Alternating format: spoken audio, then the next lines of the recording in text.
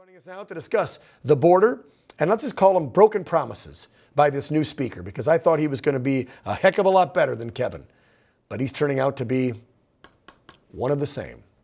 Tennessee Congressman Tim Burchett back on the program.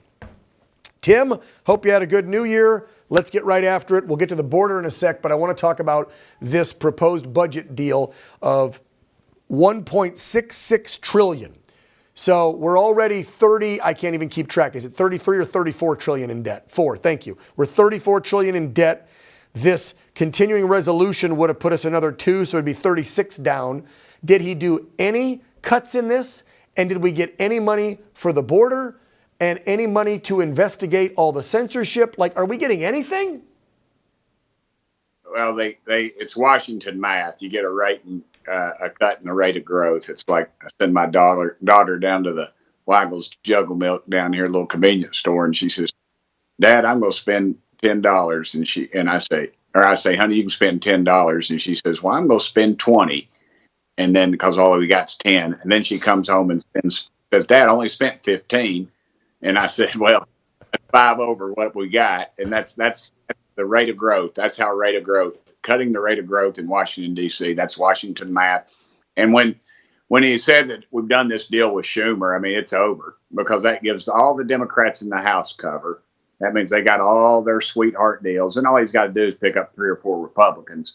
And that's more of the same. We got to do better. We've got to contain this fiscal demon that we're in bed with. And until we do, we will see our country inflation rise, the value of the dollar decrease, and this is why Republicans that are out there, the America First Republican types like me, who I don't even say Republican anymore. I stopped saying that a while ago. Yeah, I vote for ours because some of you have my same values. Otherwise, I'm a conservative, independent guy. I'm so tired of the two-party system, and I'm tired of weak-kneed, pansy-assed Republicans. And I'm sorry, I was hoping the speaker was going to be tougher than that, but he seems to be right in lockstep key with these guys. Because where are the cuts?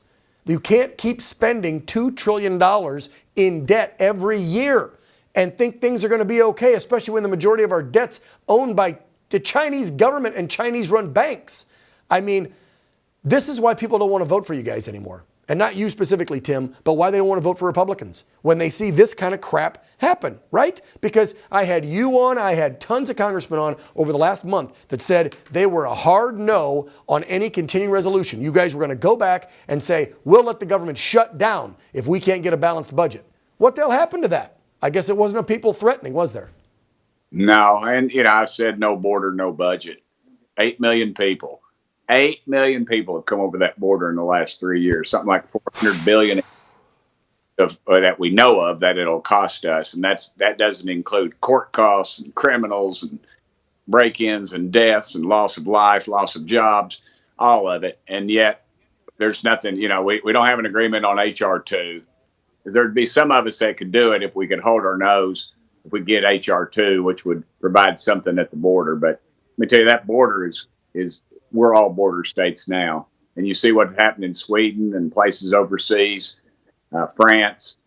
They just destroyed them. And if you look at some of those folks, they're not Hispanic that are coming over the border. Oh, no. You've got African folks, you've got Chinese folks, and these people have crossed more than one continent to get here. They're not just Tim, let me show you. I want to play a quick soundbite. I want you to see, and all of our viewers to see. Our friends from Real America's Voice sent a reporter down to the border. This might have been Eagle Pass, I think. And he spoke with a man from Iran.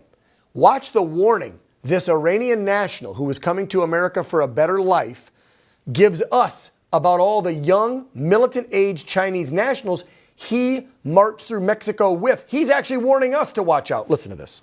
I would be afraid because all of these people in China, military age. India, military age. Even myself, I'm military age. And there's a question is coming up in here. One scary question. If an incident between U.S. and China occur in Taiwan, what these people do? Are they come side of U.S. or they take China's side? Yeah. Which side are they all going to take? It takes someone coming from Iran to warn Americans that we shouldn't be letting a bunch of militant-age Chinese nationals into our country because we're on the brink of war with them, for crying out loud. Now, what kind of idiots in this country don't understand how bad this border crisis is when you see a soundbite like that? And the problem is, unfortunately, is I think these anarchists that are in control in Washington, D.C. right now understand it. And I believe they want to destroy this country. They hate everything we're about. They hate our history. They hate our heritage.